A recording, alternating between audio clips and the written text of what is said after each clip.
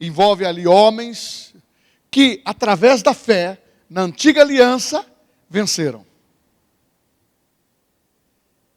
A promessa ainda não tinha sido concretizada, mas eles conseguiram enxergar, pela fé, a autenticidade da palavra, que a palavra de Deus é verdadeira, ela se cumpre em qualquer tempo. E no tempo passado, Deus falou e muitos creram. Cidades inteiras foram salvas e cidades outras foram condenadas porque não aceitaram. Só que nós estamos no tempo da graça. Hoje nós temos uma oportunidade, nós temos uma chance maior, hoje nós temos um esclarecimento maior. Aquelas pessoas não tinham. Só para você saber, do período do pecado até Jesus, o mundo viveu dentro de uma escravidão satânica, com o nome de muitos deuses e de muitos povos, que eram povos que adoravam deuses que não eram o Deus verdadeiro. A terra foi preservada por alguns homens, que iniciou em Abraão. Preservou essa fé. Mesmo assim, até Cristo, as coisas não foram boas. O mundo, Jesus disse quando veio em vida, jaz no maligno. O mundo tem um homem que rouba, mata. Por quê? Porque aqueles homens que estavam vivendo no maligno, eles estavam personalizando o diabo. Porque a Bíblia fala em João 10:10, que o ladrão veio para roubar, matar e destruir. Mas Jesus veio para dar vida e vida em abundância. Jesus personalizou a graça. E os homens daquele tempo personalizou o mundo, o demônio. Não se falava em demônios. Mas quando Jesus veio, os demônios começaram a se manifestar no corpo das pessoas que eram possessos. Hoje, pelo ensinamento, a Bíblia fala que tem opressão, perturbação e possessão. E o mundo é tenebroso. Mas Deus sempre preservou um remanescente. Sempre um povo, sempre uma pessoa, sempre um profeta que se levantou, sempre um rei que se destacou, mas na maioria eram contaminados. Só que a palavra não era revelada como é hoje. Hoje nós temos uma revelação, até as mídias, a inteligência artificial, se você digitar lá, ela fala do que é a respeito de Deus. Hoje nós temos facilidade de saber as coisas. Mas quando ela é revelada no corpo de Cristo, a palavra para você, você é uma pessoa exclusiva. Você é uma pessoa que a palavra veio personalizar você. Ela veio trazer regeneração, uma nova vida, um novo homem, uma nova mulher, uma mente aprendendo a palavra. E eu quero usar os exemplos, também nós, aqueles que foram vitoriosos, estando na velha aliança. Para aqueles homens, para aquelas mulheres, não foi nada fácil. Hoje, o Evangelho e a palavra para nós é muito fácil. A gente tem hábito de dizer assim, ter fé hoje é fácil demais, é canja. Porque no Brasil, todo lugar está tendo uma igreja para falar de Jesus. E a Bíblia diz, não importa a maneira que o Evangelho seja pregado. O importante é que seja pregado. Porque quando a pessoa ouve a palavra, ela crê. Se o pregador não for sincero, o problema é do pregador. Mas quem creu com sinceridade de coração, Deus transforma. O mercenário, o maqueteiro, ele vai se ver. Agora, quem aceita, a vida muda. Porque a palavra de Deus é bênção. É unção. Eu louvo a Deus porque a minha família chegou a ter essa palavra. Nós éramos também, só não tocou tambor. Mas era misturado. Tinha 2, 3 religiões compostas numa só. E a Bíblia fala que Jesus quer ter exclusividade. Jesus quer o teu coração. Ele nos ama, Ele quer revelar o seu amor. E quando você entende isto, você é brindado pelo sangue de Jesus e você é guardado. E pode hoje ler escritura como essa e saber que nós somos rodeados de uma grande nuvem de testemunha, de exemplos, de pessoas que foram fiéis à palavra, erraram, mas foram fiéis, porque tinha o arrependimento no coração nos momentos de desacerto.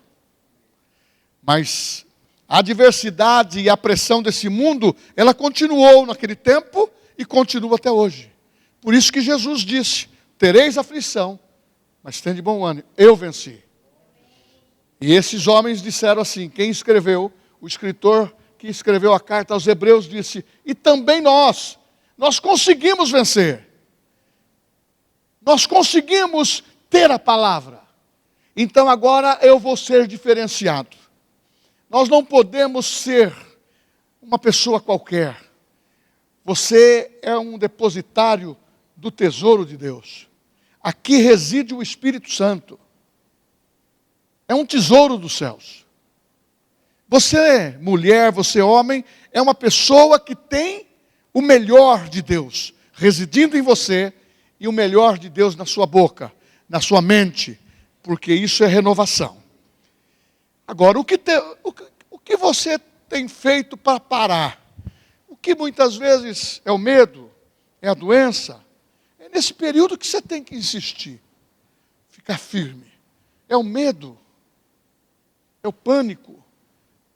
As coisas não deu certo, a culpa é de Deus. A culpa é da estrutura cristã que você participa.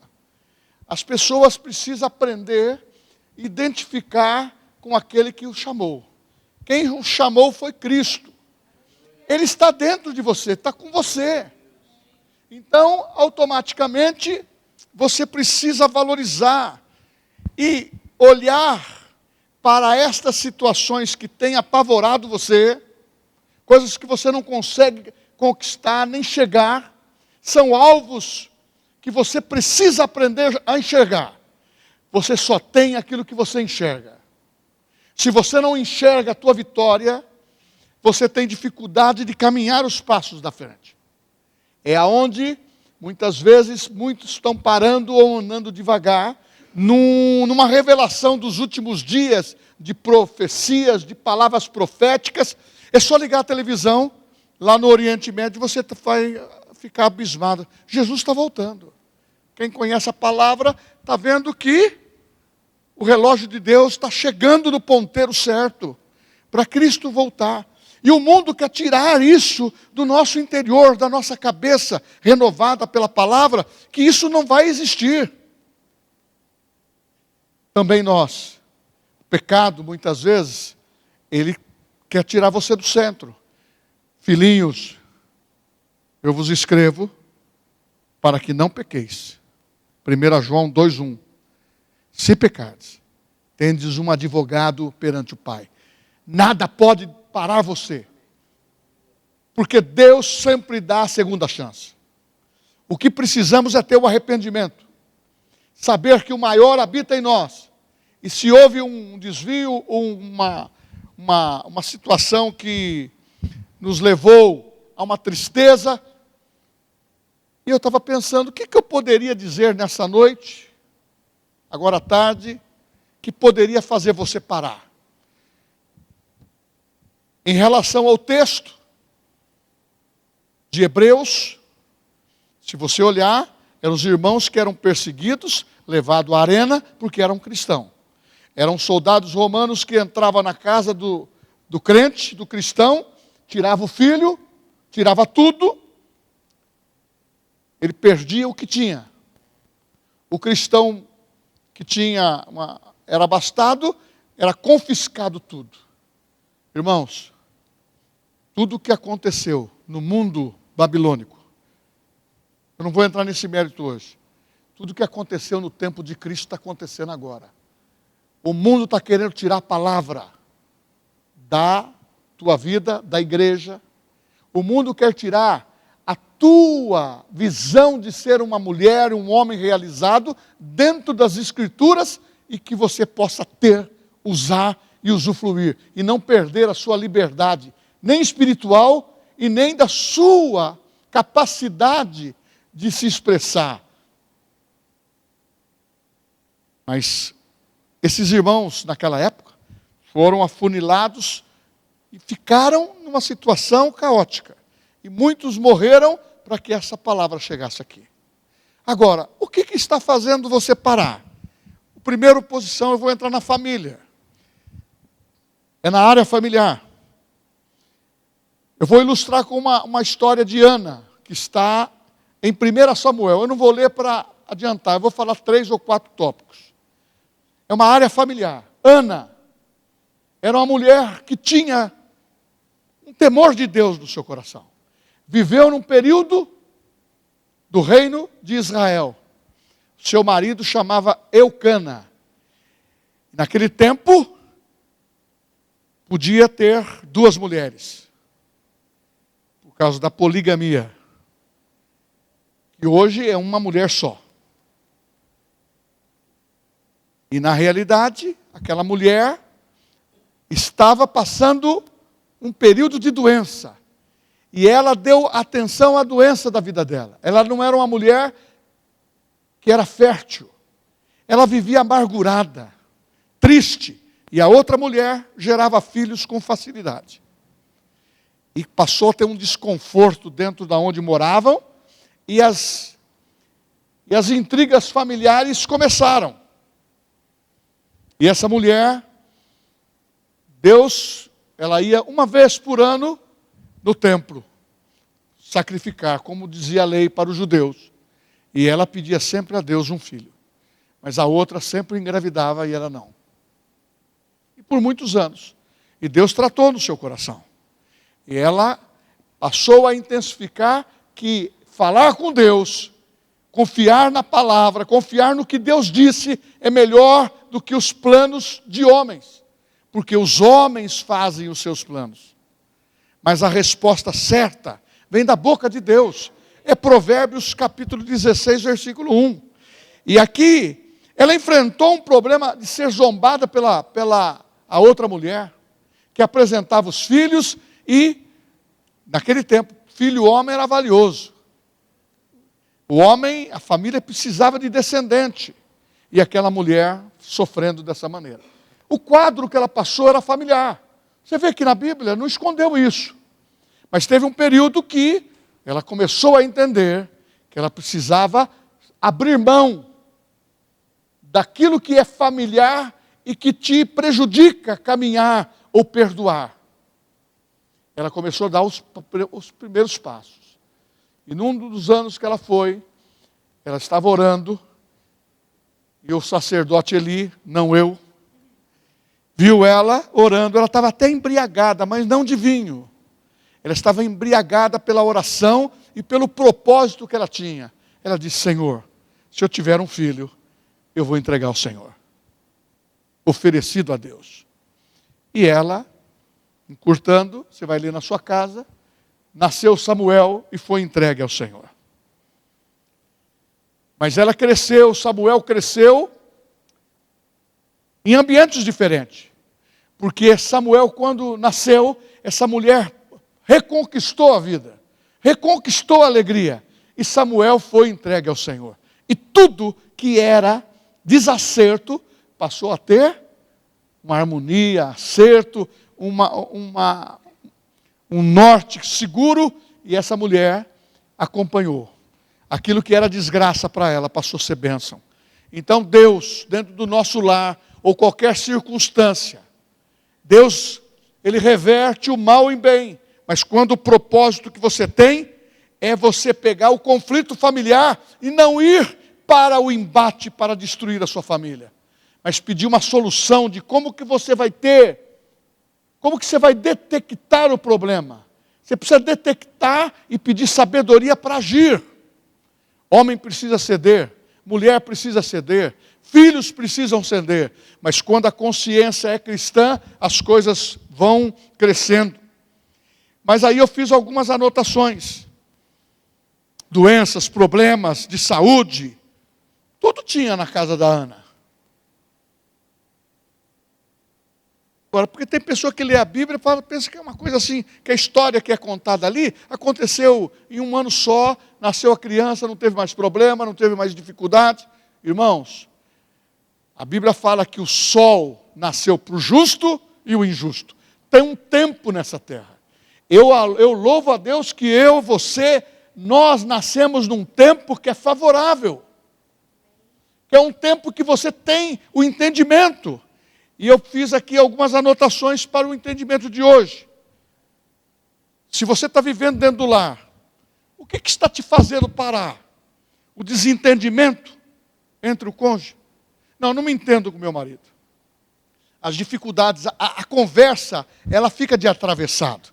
Isso automaticamente vai gerar o quê? Desarmonia, desequilíbrio, conflitos, brigas. Agora, quando namorava, queria estar junto. Agora que casou, quer ficar longe. Não, eu sou incompatível com ela. Eu sou incompatível com ele. Por que, pastor, o senhor insiste? Porque a Bíblia ensina assim. A Bíblia fala.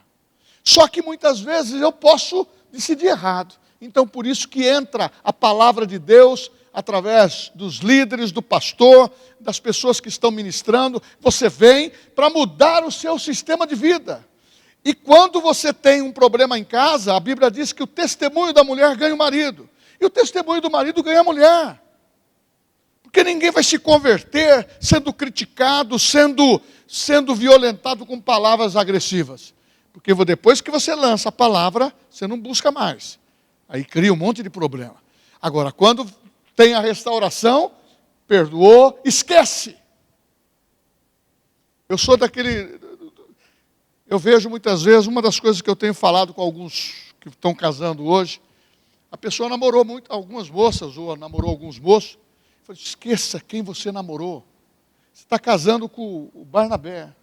Você não pode mais ficar comparando que o beijo do Joaquim era mais gostoso que o beijo do Barnabé. Não tem jeito. Isso vai dar encrenca.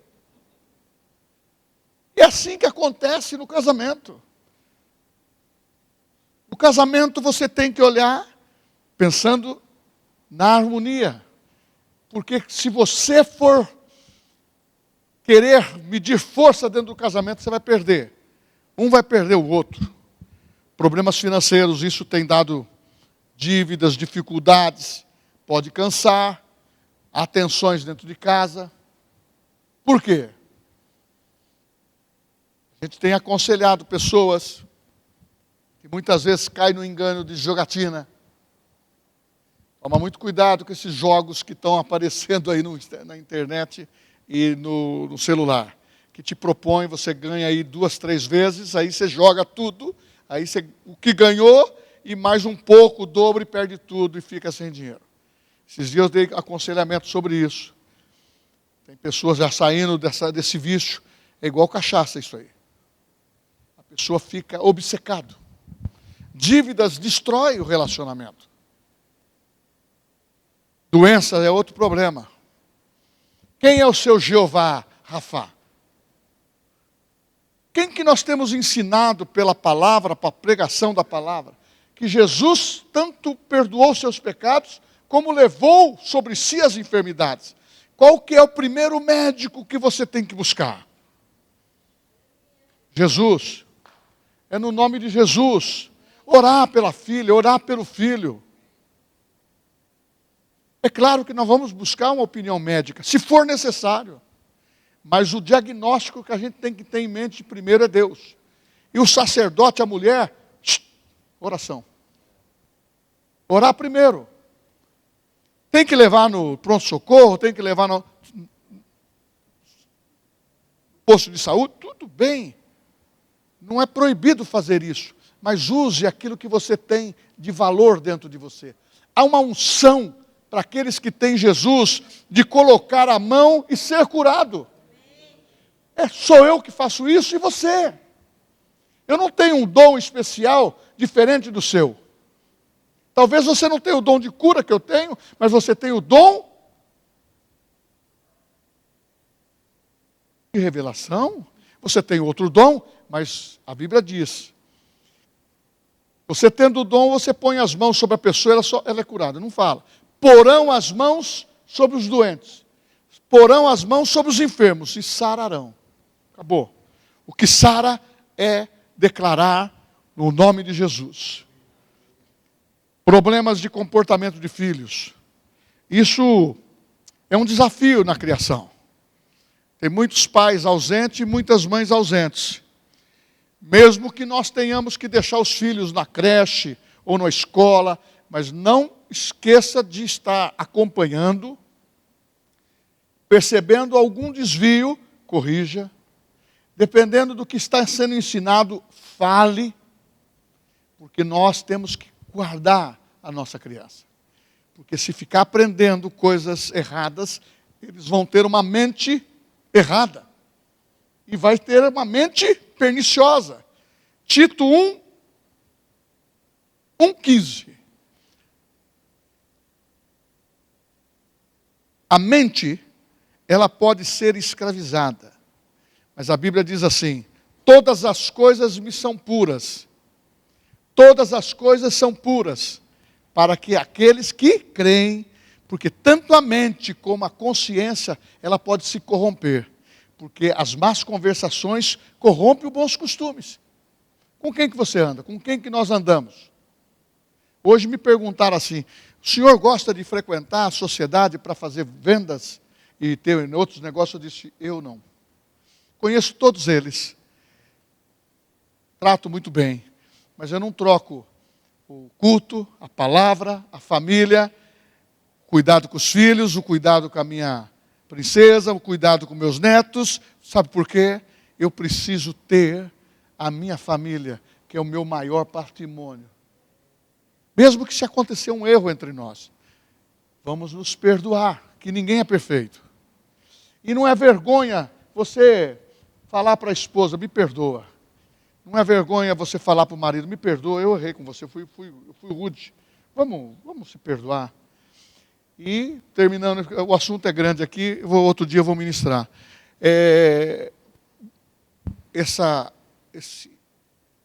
Esse lado da discussão que leva a uma separação. Cristão não separa. Essa é a palavra. Cristão não separa. O que Deus uniu, o homem não separa. Meu pai, que era caipira, falava assim, quem comeu a carne vai roer o osso. Nós temos que cuidar do bem maior. E Jesus falou uma coisa através do apóstolo Paulo, ele compara o casamento, a minha esposa, como Cristo. Que eu tenho que amar minha esposa como Cristo amou a sua igreja. Como que eu vou maltratar a minha própria carne? Se você estiver maltratando a sua própria carne, você está batendo naquilo que a palavra diz que você está errando. Deus te deu a mulher para cuidar, Deus te deu o marido para cuidar também. Ok? E para terminar, crente gosta de carinho, o marido e a mulher. Não vou entrar nessa parte sexual não.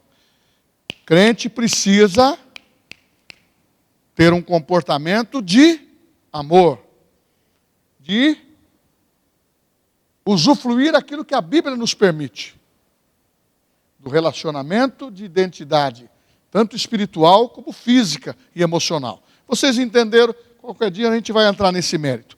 Agora, qual a outra área que está pegando? É a área profissional. A área profissional tem muitas pessoas tendo oscilações, porque o próprio mercado tem oscilado. A própria sistemática do governamental, ela quer usar o que tem menos para dar para os que têm mais. Mas Deus está fazendo diferente. Ele quer dar para você que é filho de Deus. E nós não podemos perder essa visão. Que as melhores posições são dos filhos de Deus, dos nossos filhos. Temos que orar. Mas eu tenho um orçamento limitado. Como que ele vai fazer a universidade? Você já vai declarando que ele vai fazer a melhor universidade e não vai faltar dinheiro. Você tem o que você declara. Então, nessa área profissional, é uma coisa que tem mexido muito. Aqui, o exemplo que eu vou dar é o exemplo de Neemias. Está no Neemias capítulo 4, vou entrar só num pedacinho da história.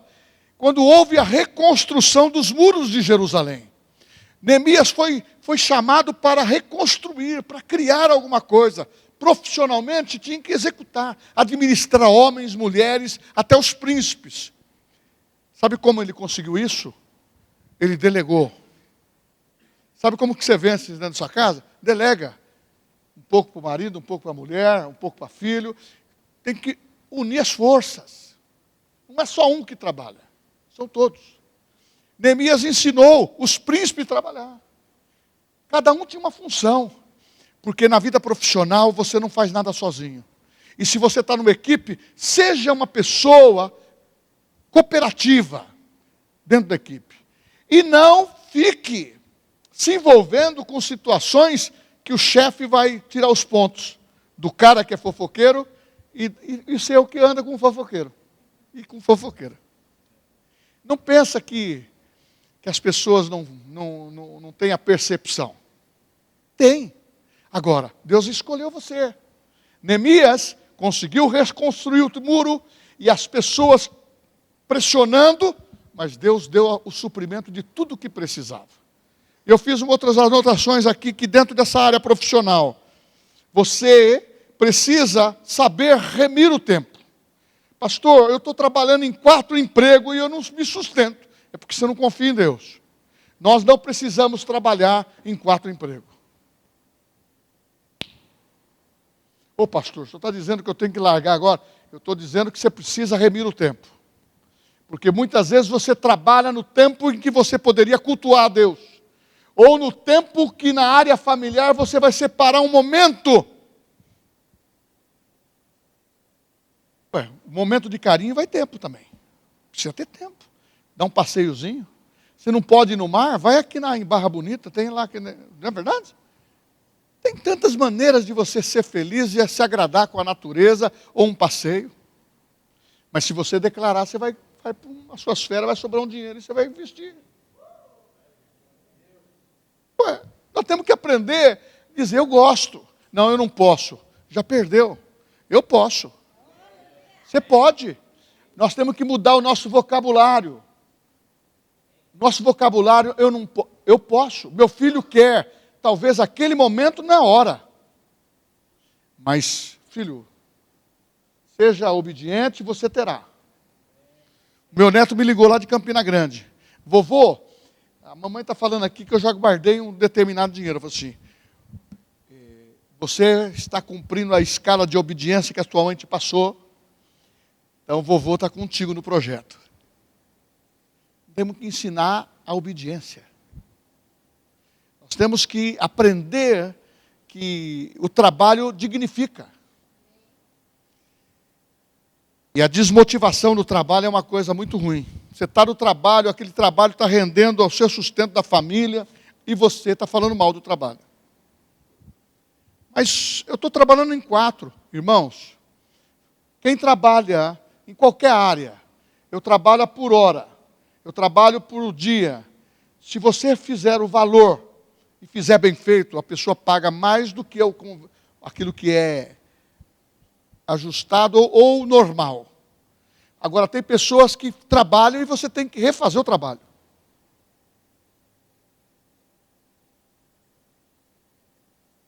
Nós que trabalhamos que recebe prestação de serviço, a pessoa quer ganhar sem trabalhar.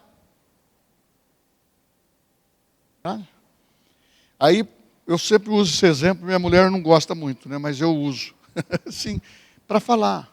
A igreja, estou aqui com eu e o Zezinho é mais velho que eu. 50 anos. Eu já limpei esse piso. Eu já limpei os banheiros da igreja.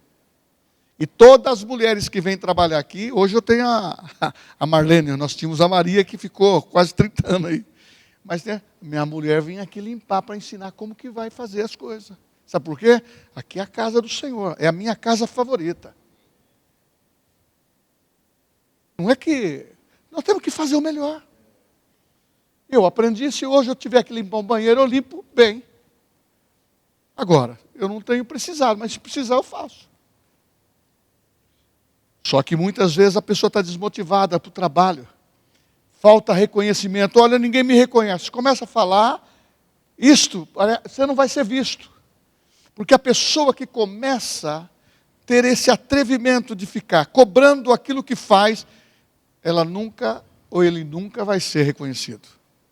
Porque muitas vezes as pessoas que falam demais são as pessoas que, quando você não está perto, ela não faz. Nós temos que produzir. Você já viu a pessoa trabalhando? Você está trabalhando, está lá com a tela de computador. Entrou o chefe, faz, muda a tela. O chefe está vendo.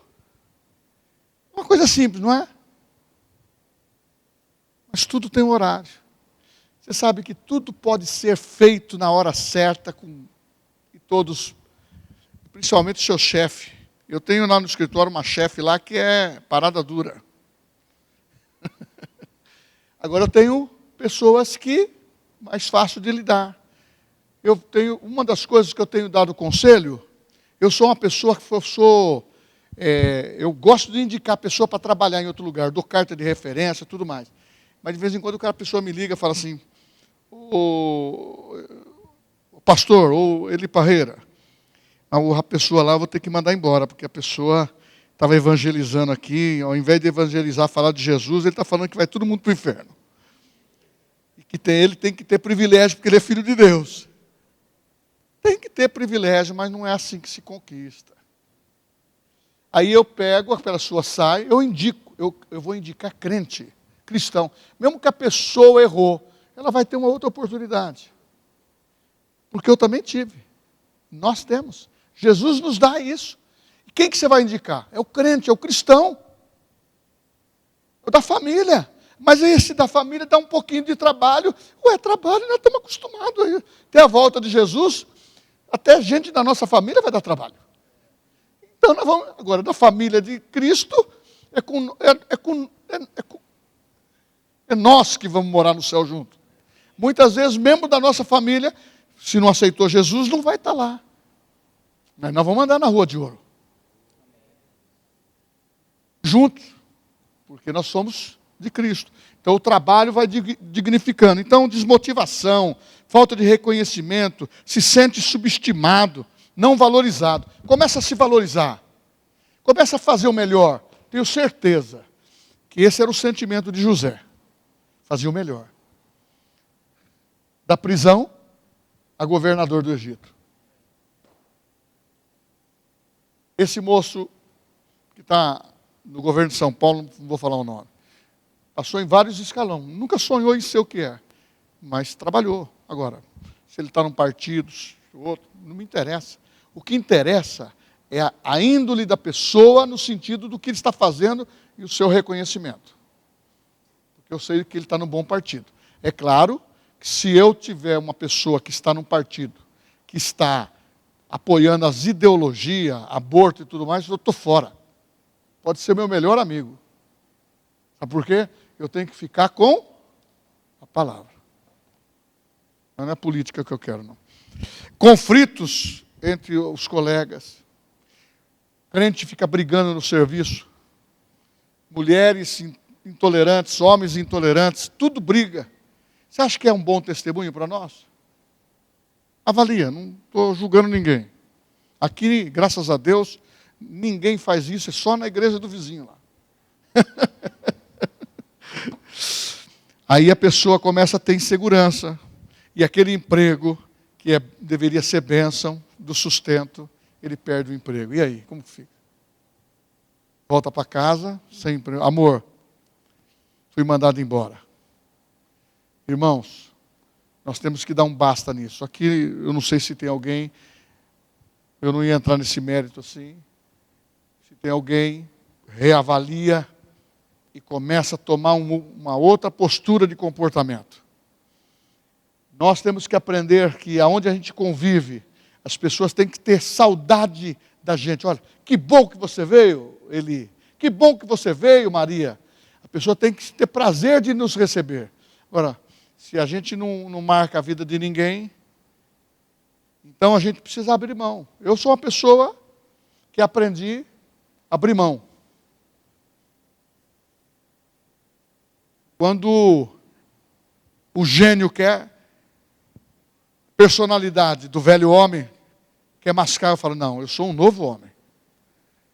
Eu vou me policiar. Eu não vou responder. Porque eu respondendo de uma maneira sem ter o pensamento. O homem que fala menos, a Bíblia diz, seja tardio para falar, o apóstolo Tiago falou. A Bíblia diz em provérbio, a resposta branda, tanto em casa como no trabalho, desvia o... É claro que tem hora que estava à vontade de falar tudo, mas não é para você falar tudo. E nem falar nada. Deixa Deus agir. Sabe por quê? O homem que se humilha debaixo das mãos poderosas de Deus, ele vai ser exaltado. Ah, ele ficou envergonhado. Não, ele vai ser exaltado. Aquele que fala, a Bíblia diz que aquele que usa das palavras com soberba, com orgulho e com maldade, vai sofrer a própria cova que cavou. Ele vai cair nela, não é você. Então, essa área é muito importante. E a área pessoal, para terminar. As outras áreas eu vou trabalhar em outro dia. Eu falei aqui sobre Elias, capítulo 19. Elias era um homem de Deus, poderoso. Vou sintetizar rápido. Orou, veio fogo do céu. Quantos na Bíblia orou dessa maneira e que veio fogo dos céus? Quantos? Orou e destruiu 450 profetas de Baal. Mas quando mexeu na família dele, ele perdeu a noção. Caiu em depressão. A Bíblia diz que quando Jezabel, está no capítulo 19, falou, olha, eu sei onde é o endereço da sua casa, eu vou conversar lá com seus pais, tá bom? Eu vou lá buscar ele. Ele entrou em crise emocional. Sabe o que ele fez? Um homem que tinha mandado fogo do céu, fugiu. Então, nós não somos poderosos. Poderoso é aquele que está em nós, aquele que nos reveste.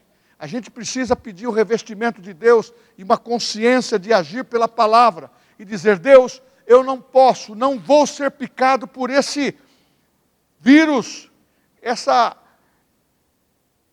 depressão que tem anulado o crente espiritualmente, de não crer na palavra. A pessoa fica tão descontente com a vida, que tem crente que quer morrer. Você sabe que tem crente que quer tirar sua própria vida? Sabe por quê? O coração, os ressentimentos, as depressões, o medo começa a tomar conta. Elias tinha um ajudante com ele. Sabe o que aconteceu com o ajudante? Ele esqueceu na cidade que ele estava. Largou o menino. Ele correu para salvar a sua própria vida. Não via mais nada. Quando a gente está em crise, viver crise sem a graça de Deus, uma dificuldade, a gente faz besteira. Nós temos que viver qualquer tipo de crise como oportunidade de aplicar a palavra e ver o livramento de Deus. É dinheiro, Deus vai colocar na sua mão. É mais trabalho, Deus vai colocar na sua mão. Irmãos, tem muita gente que tem, mas é pessoas que estão declarando a palavra e semeando. E nós precisamos semear com o salário, semear com a empresa, semear e dizer, Deus, Tu és dono do meu negócio, Tu és dono da minha família, não vai faltar e não vamos ter depressão. Quem vai parar você? Ah, mas eu tenho andado meio doente, pastor. Então você como mudar o seu discurso.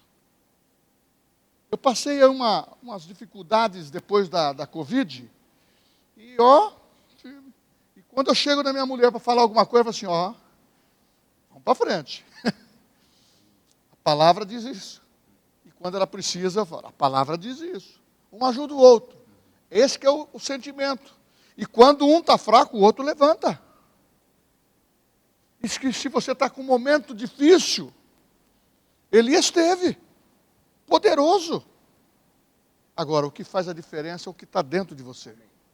O pastor pode ter dons. Mas o pastor é igual a você. Eu preciso ler a Bíblia, eu preciso orar, eu preciso estar lidando com meus sentimentos, lidando com a minha alma. Tem hora que a alma grita. Tem hora que o corpo deseja. Tem hora que você fica enfermo no espírito interiormente, porque fica pensando demais. Quando você começar a ficar pensando demais, começa a ler a Bíblia. Amém. Lê a Bíblia em voz alta. Compra uma literatura que fala sobre fé. Começa a dizer ao contrário do que você está vivendo. Nós não podemos se sujeitar a esses ditames, essa história de perda. Nós precisamos vencer. E Elias, ele precisou de Deus. Um homem dessa postura espiritual. Fugiu, se escondeu, depressivo. Deus foi lá e arrumou o pãozinho para ele, a água para ele, e disse: o que você está fazendo aqui, rapaz? Tive medo. Aí ele quis falar para Deus: olha, só eu fiquei dos profetas. Eu sofri demais. Deus falou para ele assim: não. Eu poupei mais 7.500. Olha, que diferença. Ele falou que só sobrou ele, né? Mas tinha mais 7.500. Não é só eu que tenho que passar muitas vezes por uma prova. Você também pode passar por ela. Mas nós vamos passar por ela, como diz a Bíblia, passando o homem por uma prova, por um deserto árido. Deus transforma em mananciais de bênção, diz o salmista. Nós temos que entender que o que está operante na nossa vida, para terminar, é rodeados de palavras de Deus, é rodeado de palavras de testemunho, de pessoas que estão atestando que não é a baixa estima que vai predominar a minha vida. Eu sou uma pessoa que eu já levanto abatido. Levanta, faz uma oração, declara que o seu dia vai ser bom. O meu dia amanhã vai ser melhor. Agora, se eu chegar em casa, ficar contando só problema, a minha mulher vai ficar vivendo só problema. Então nós fizemos o seguinte: de vez em quando eu chego, eu falo isso aqui. Eu chego, abro a porta, a alegria da casa chegou. Aí a gente brinca e tudo mais. Quando eu vejo que ela está também precisando de um momento dela, eu estou fora. Por quê? Tem hora que não é aquela hora. E se ela está precisando, ela sabe o dia que eu estou ativo e o dia ela precisa também aprender. Marido e mulher, comportamento de vida cristã. Se você vê um irmão, estende a mão para levantá-lo, ora por ele e se alegra com o que ele está adquirindo, se alegra que a família está vindo, a mulher está vindo. Mas eu sei que aquela mulher não é... Você não tem que avaliar nada, porque Jesus olhou para a mulher adúltera e diz: a partir de hoje, você é uma nova mulher. Pedro, você vai ser um outro homem. O pecado, ele quer deteriorar a nossa vida. Principalmente nosso pensamento e a avaliação que você pode ter de você mesmo. O que você pensa de você? O que está te fazendo parar? Não deixa as coisas naturais parar você. Não deixa opiniões de pessoas parar você. Amigas parar você. Homens dá mau conselho, porque as más conversações têm predominado.